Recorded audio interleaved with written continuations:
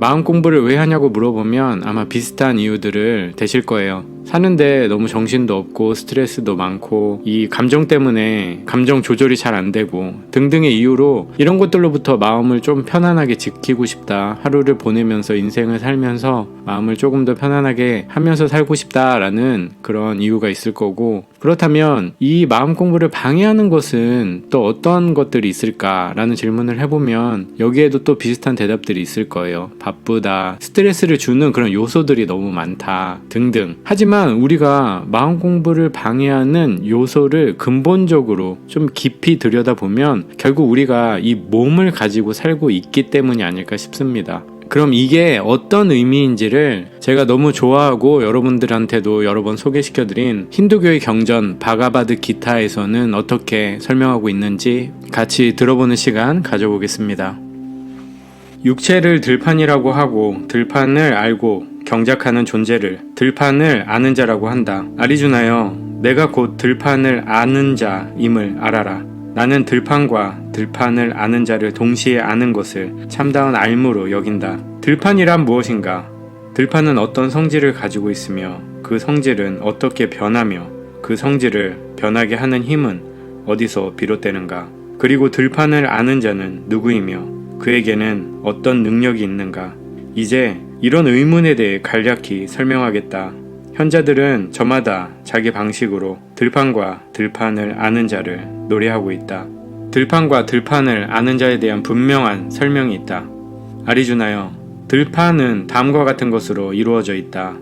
5가지 물질적인 원소, 흙, 물, 불, 바람, 공간, 나라는 자의식, 5가지 감각기관, 눈, 코, 귀, 혀, 몸, 5가지 감각 대상, 색깔, 소리, 냄새, 맛, 감촉, 5가지 작용 기관, 입, 손, 발, 항문, 생식기, 인식과 인식작용, 이것이 바로 들판이다. 이 들판에서 욕망과 증오, 쾌락과 고통, 육체와 지성, 그리고 의지 같은 것들이 다양한 형태로 나타난다. 들판의 구성 요소와 그 변화를 아는 사람은 오만과 위선에서 벗어난다. 비폭력, 용서, 정직, 순수, 스승에 대한 헌신 등이 그들의 특징이다.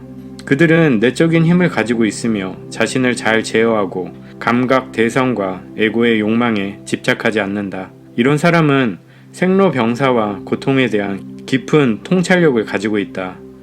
들판의 구성 요소와 그 변화를 아는 사람은 소유물에 대한 집착에서 벗어난다.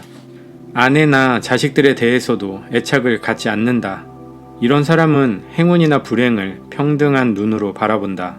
이들은 한결같은 마음으로 나에게 헌신하며 세상 사람들과 무리지어 어울리기보다는 한적한 곳에서 홀로 있으면서 오직 나를 아는 상태에 머무는 것을 좋아한다. 이렇게 언제 어디서나 삶의 궁극 목표인 나를 찾는 것이 참다운 지혜이다. 나 아닌 다른 것을 구하는 것은 무지이다. 어떤 이들은 명상 수행을 통해서 내면의 참 자아를 깨닫는다. 어떤 이들은 지혜의 길을 감으로써 내면의 참 자아를 깨닫는다. 어떤 이들은 집착 없이 행위하는 길을 감으로써 자기 내면의 참 자아를 깨닫는다.